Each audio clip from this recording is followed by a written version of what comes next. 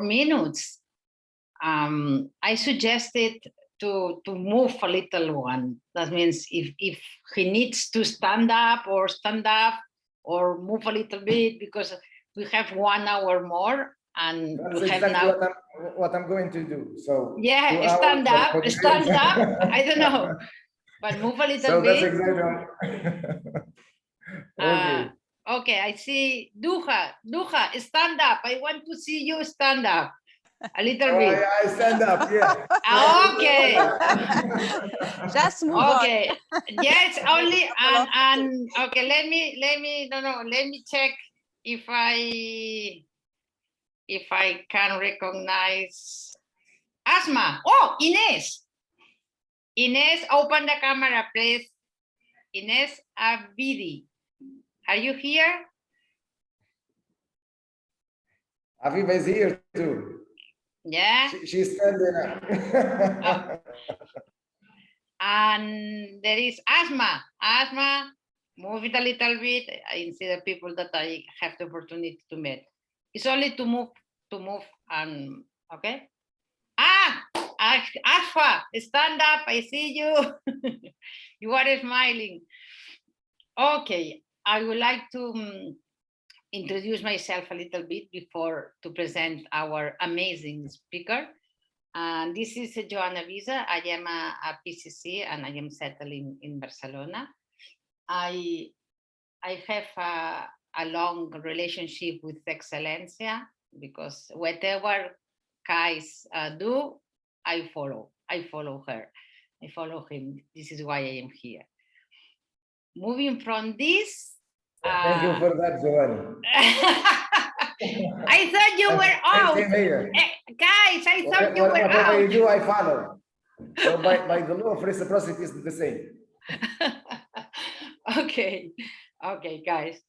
Then now, yeah, more serious. This is the last presentation for today, and I would like to introduce Dennis.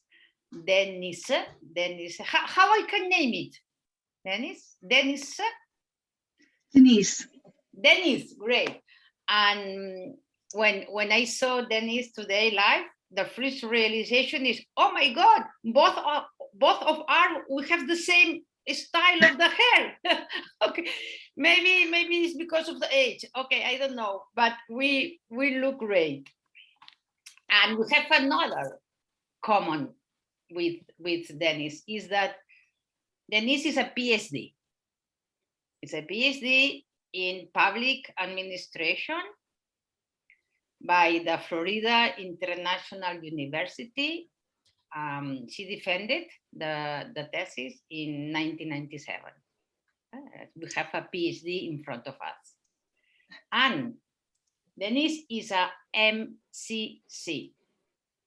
My question is, who knows what that means, MCC? Okay, tell me, business coach Daval, what that means?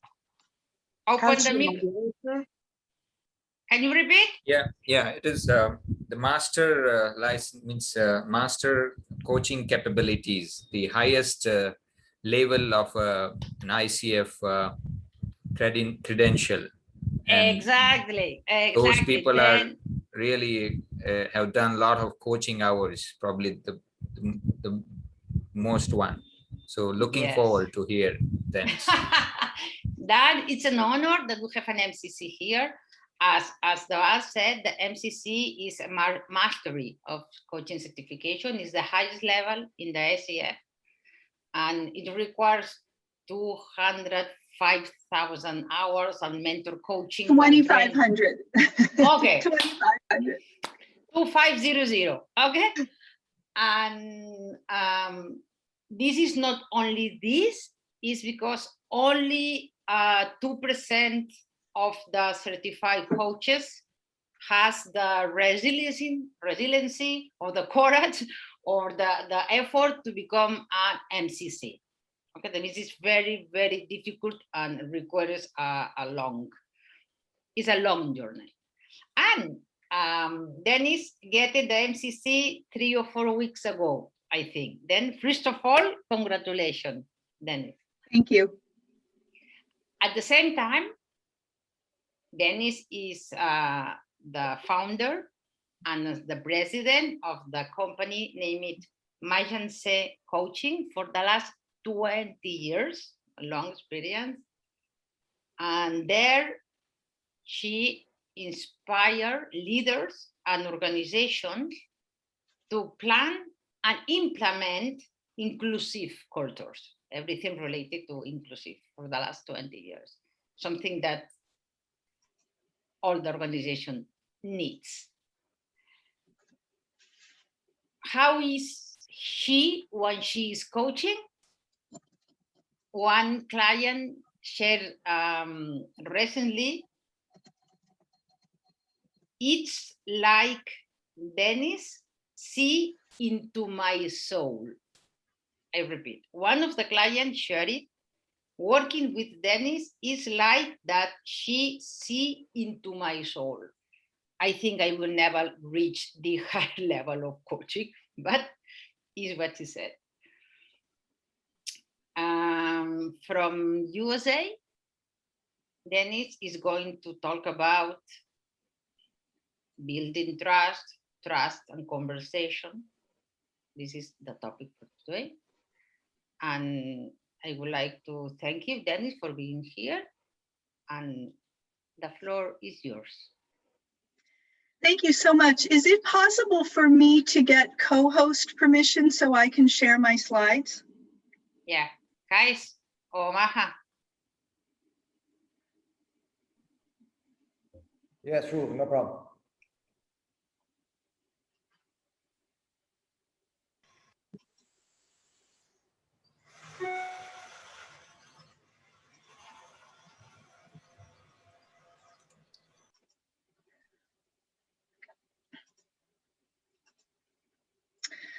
So, Joanna, thank you for that beautiful introduction. I really appreciate it. And I'm just so delighted to be here with everybody today. Thank you so much. It sounds like it's been a really exciting summit. You know, the COVID-19 pandemic impacted all of us, and out of the challenges came opportunities for coaches of leaders to make the virtual work environment our playground. And you know, I believe that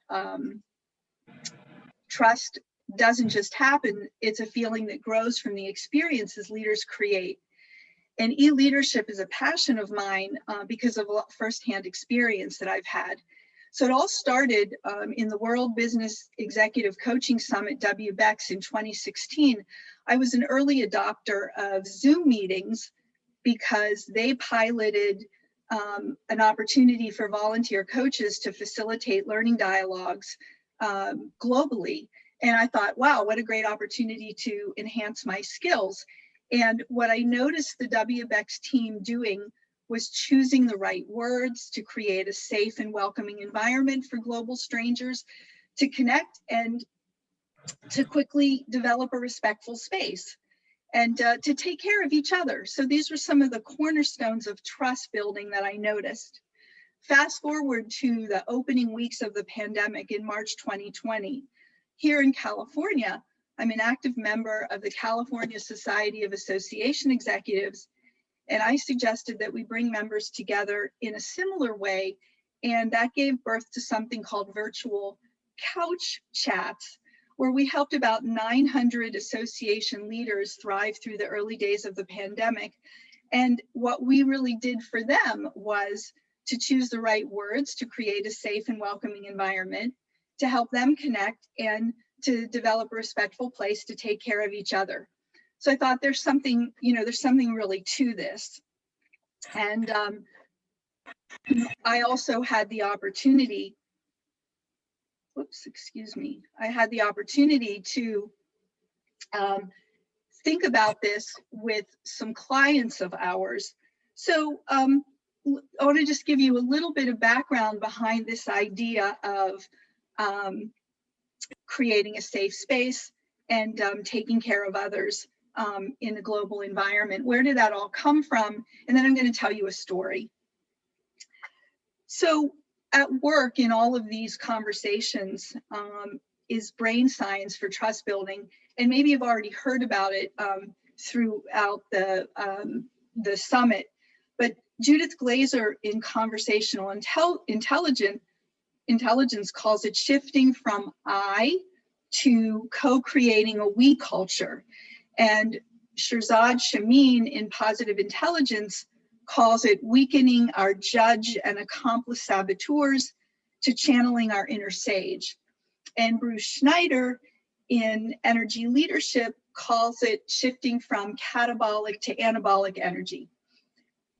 And there are probably several other models of this as well. It's all about keeping the amygdala, our primitive brain, focused, which is focused on survival. Our amygdala is in the back of our head. It's the emotional center, and it's all about survival.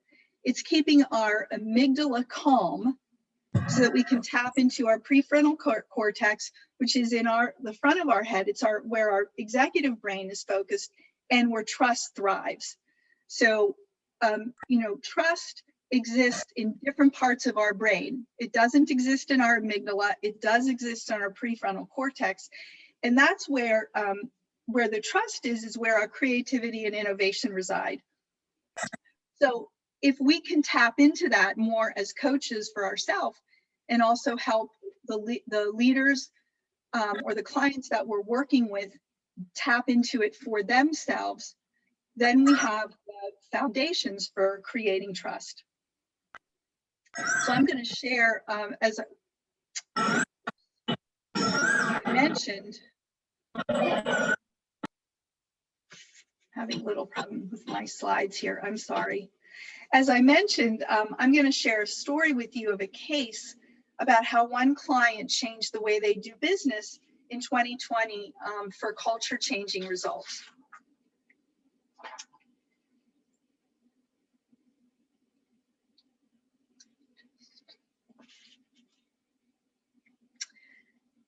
So in their study, e-leadership, teleworking in times of COVID-19 and beyond, what we know and where do we go?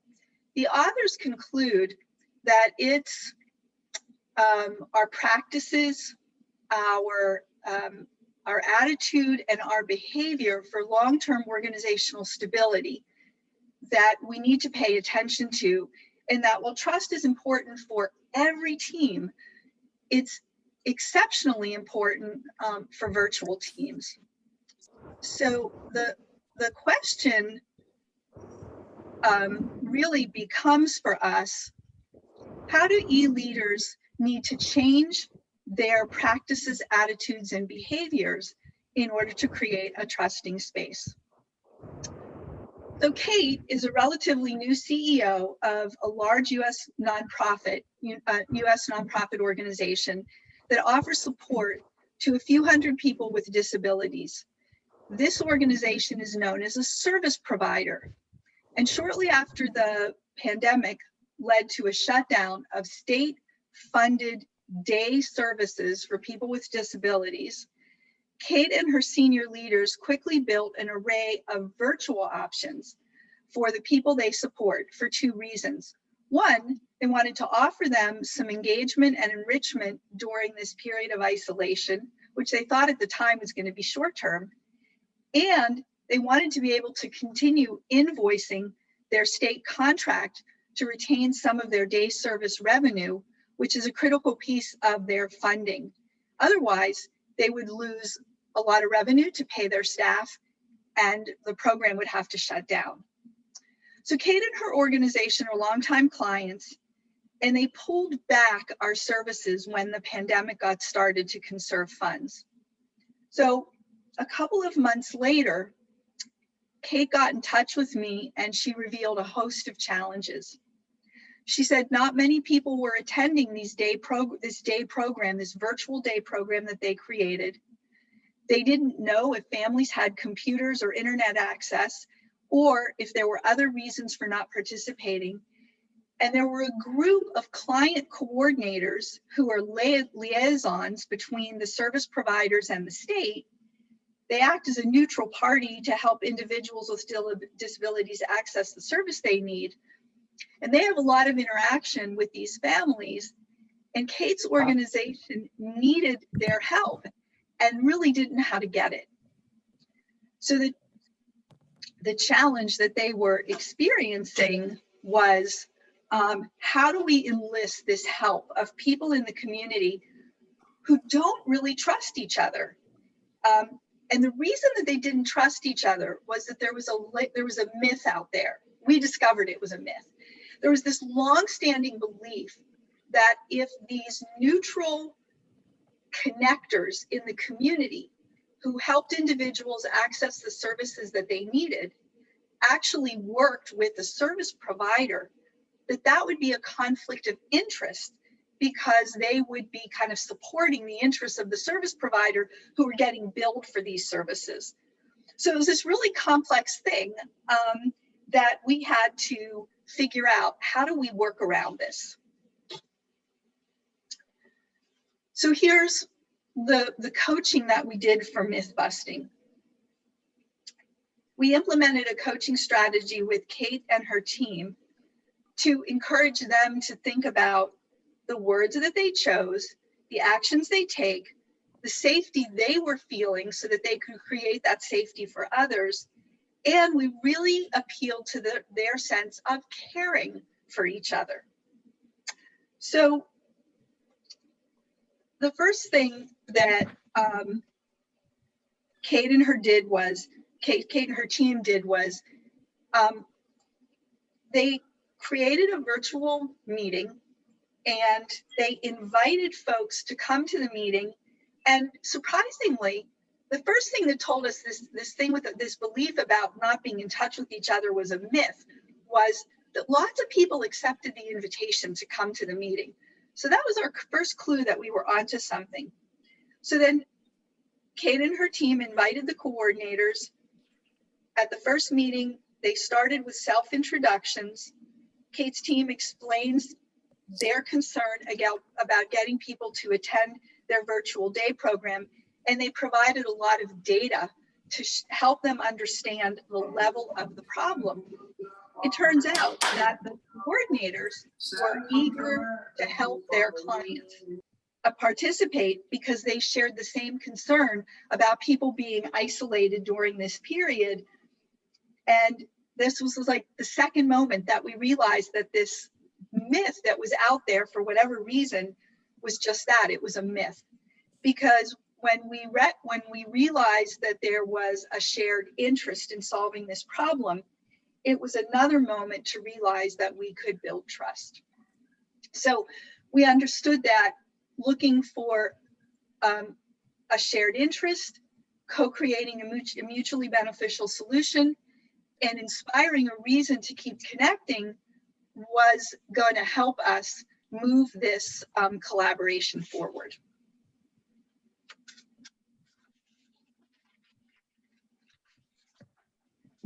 And what happened during this first meeting was that a floodgate of ideas poured out to figure out how to